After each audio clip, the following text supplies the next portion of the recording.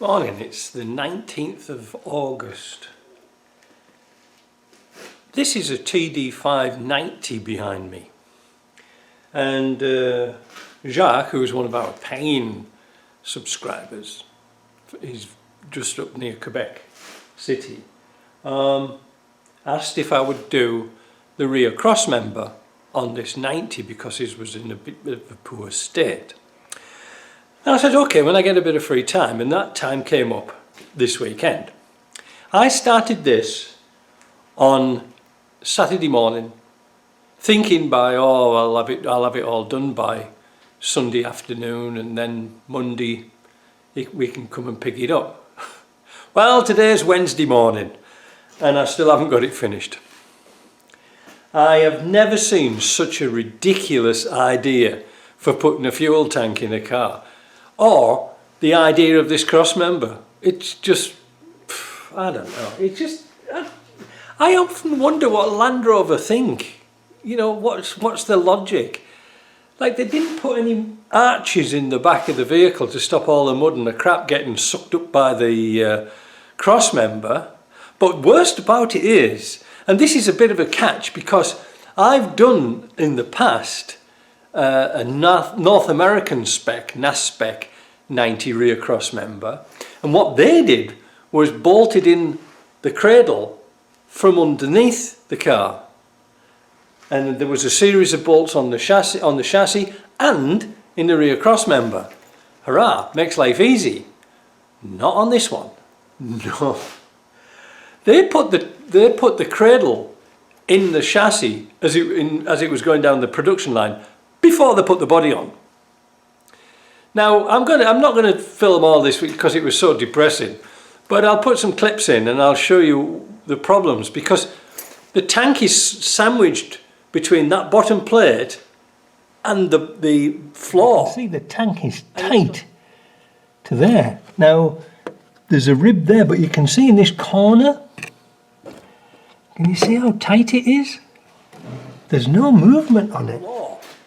And it's got indentations in the tank where the floor supports go through. So pushing it backwards and forwards isn't really an option to get it out, because there isn't that much room anyway, because of the axle, the differential.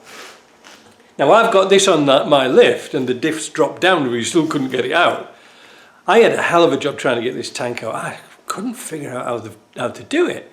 And then I sort of thought, I think you need to take the rear tub off to do the tank, to do the crossmember, to do it right.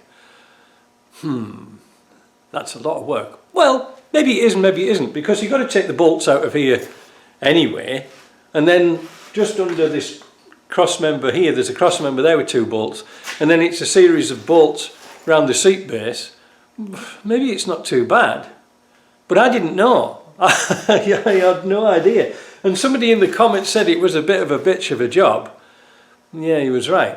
And I came up with this idea using my porta power, these little jaws here. I've got my air over oil unit there, and maybe you can see, I'm not sure, let's move this around a little bit better. You can see where the body support is here.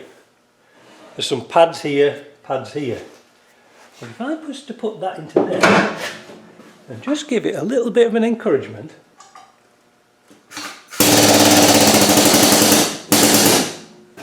there is enough to lift up the body to get the tank in.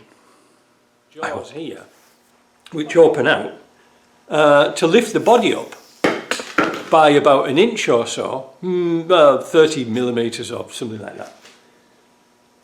So I could weld the body support at the back, and I thought, oh, that's going to be great, because I dropped it down just to make sure the body wasn't going to get bent up and down. Yeah, it's fine. I put a little wedge at one side and the hydraulic one at the other, and it worked really well. But you still couldn't get the tank out. What a mess about.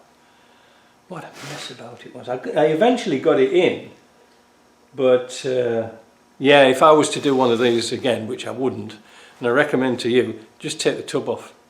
It's a lot easier. I mean, you've got to disconnect all the wires and lights anyway, because the wiring harness passes between the floor support and the cross member. Well, how are you going to get it out? Cut the wires? Just disconnect them, they're really easy. You know, they've got a little plastic shield on here, take them off, unclip them, easy peasy. But I just often wonder if whoever came up with that design had actually worked on one of these. You know, I'd love him to come here and say, "Here, get that tank out." And of course it is a plastic tank, and one would have thought, well, there's no need to take it out, except for the rotten chassis. Let me go outside in the scrap bin and I'll show you how they rot and why I think it's such a bad idea. Now we all know that the cross members rust out, and this wasn't too bad. From the outside it was a bit flaky around here, and we didn't see until we got the tank out how bad it really was around here. And look at it inside, it's just full of rust. Look at this. And this, they've never improved this design for years and years and years. Why not just box it in? I did on my 130, I just boxed all that lot in and filled it full of rust proofing. I think it's a horrible idea. But like I say, the tank goes through here, the brackets go through here, but there's not enough room to move the tank. Crazy idea. Now let me show you something on the vehicle which is equally as ludicrous. So here's the cross member installed, and this was the extent of the extensions on the cross member. Really, really short. But this is where all the corrosion was. So you can see I've welded a plate in here, and I also welded another plate coming from here all the way down up to here. Now that was my downfall, where I spent a lot of time, because now I couldn't get the bolts through. So I had to open up the holes to allow for the thickness of steel I'd used. Crazy. But you see, they've got holes this side and at the other side. Not mean the other side chassis, but both parts of the chassis have got holes in. Well look, this is where the wheels are, and this is all going to fill with muck and rubbish like I showed you outside. It's crazy. It's absolutely crazy idea. A little plastic arch inside there would have saved that. But I want to point out to you, because you've probably known anyway, but this cradle here sits on top of this bracket, not underneath. If this was underneath and the bracket bolts, instead of being through here, was underneath, a joy. You can see you can't just lift the tank up, because you've got to tilt it to get it through the aperture here. Yeah, so that's been put in, that cradle here has been put in when before the body was put on. Drop the tank in, easy peasy for them, and then drop the body on. Well, like I say, all you've got to do to take the body off is take that bracket off there, this support off here. There's one or two bolts under there, but that's about it really. Like I say, if I was ever to do that again, that's what I'd do, just take the body off. Now, another thing I want to show you is this. To me, this is a really bad idea to supply such a short extension. It would have been far better up here. You know, make the extension go up to here. I think I've seen them up to here, but that's all you really need, up to here, because this bit's all going to be rusty. Now I'm going to fill this obviously with rust proofing, but it would be better to weld it here if you had the body off, because you're going to take the body off anyway, and get a nice weld all the way around it. But right back there, you're welding on top of rust. Crazy idea. These bolts here, I had to not only put new tubes in to stop it crushing, but I also, the bolt that came out, I was looking for it desperately, I can't find it. I'll just put this bit in here while I was mentioning that bolt, because I actually found it on my bench. This is it. This is the bolt that holds the towing bracket on. Look how it had rusted away. Crackers. So you've got this weak spot here in the chassis, and look at the size of the drawbar on there for towing. Really, really heavy duty, bolted onto something really, really thin and rusty. I don't know what they were thinking. Still, never mind. We'll never know, but I've got a few more things to do today. I've got to put the towing electrics back on. I've got to fit the step. Now the step is held on by captive nuts, and again, why didn't they just weld two nuts in here and here, knowing that there was going to be a step? They didn't do that. This was a bugger to get on. This towing bracket, well, I had to back all the bolts off and jiggle it around so it would fit.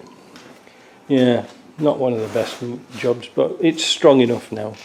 But I wouldn't tow anything really heavy with it, not knowing that the chassis is held on with next to nothing.